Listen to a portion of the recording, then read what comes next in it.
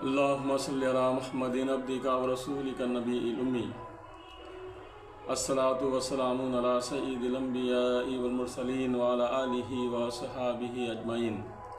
میرے محترم دوستو، اللہ تبارک و تعالیٰ نے کلام پاک کے اندر ارشاد فرماتا ہے، یا ایہا الذین آمنوا توبوا الی اللہ توبۃ نصوحا، اے ایمان والو اللہ کی طرف ایسے رجوع ہو جاؤ، اللہ کی طرف اللہ سے ایسا توبہ کرو اللہ کے سامنے کہ تمہارے اندر دل کے اندر دوبارہ وہ گناہ کا وسوسہ بھی نہ آئے، گناہ کرنے کا وسوسہ بھی نہ آئے۔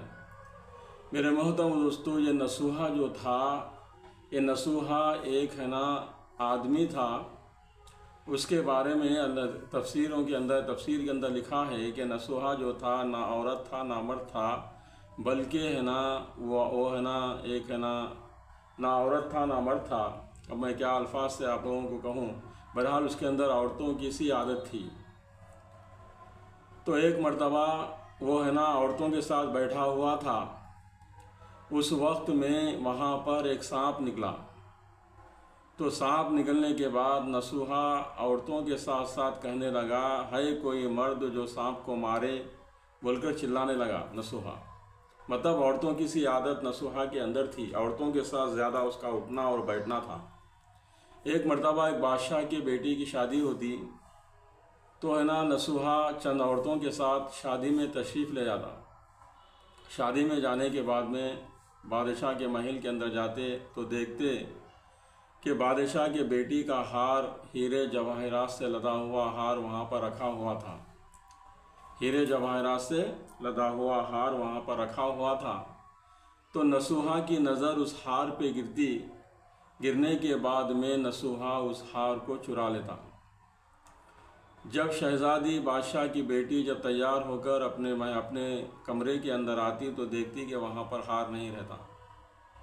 تو بادشاہ کی بیٹی اپنے باندیوں سے کہتی اور نوکروں سے کہتی کہ دیکھو میرا ہار نہیں ہے، غائب ہو گیا۔ تو یہ بات بادشاہ تک پہنچ جاتی۔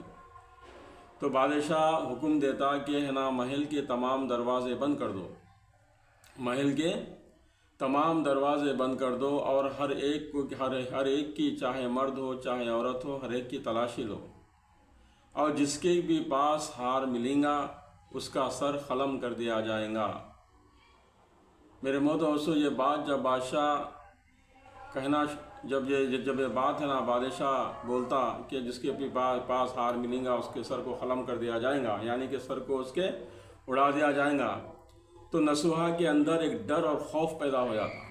یہ نصوحہ جو ہے یا ایھا الذین آمنوا توبوا الی اللہ توبۃ نصوحا، تو نصوحہ نام کا جو شخص تھا تو اس کے دل کے اندر ڈر پیدا ہو جاتا، ڈر کے مارے کانپنا شروع ہو جاتا۔ پھر اس کے بعد وہ نصوحہ وہ ہار لے جا کے پھر وہی جگہ پہ رکھ دیتا۔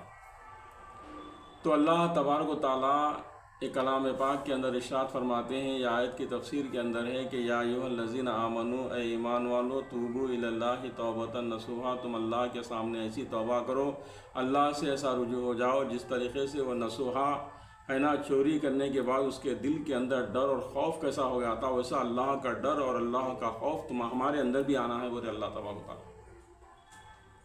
میرے محترم دوستو، اللہ تبارک و تعالیٰ ہم سب کو توبہ کرنے اور اچھے اعمال کرنے، 5 وقتہ نمازیں پڑھنے اور ذکر و اذکار کرنے کی توفیق نصیب فرمائے، اور حضور پاک محمد عربی صلی اللہ علیہ وسلم کی سنتوں پہ عمل کرنا ہمارے لیے آسان فرمائے۔ وآخر دعوانا الحمد للہ رب العالمین۔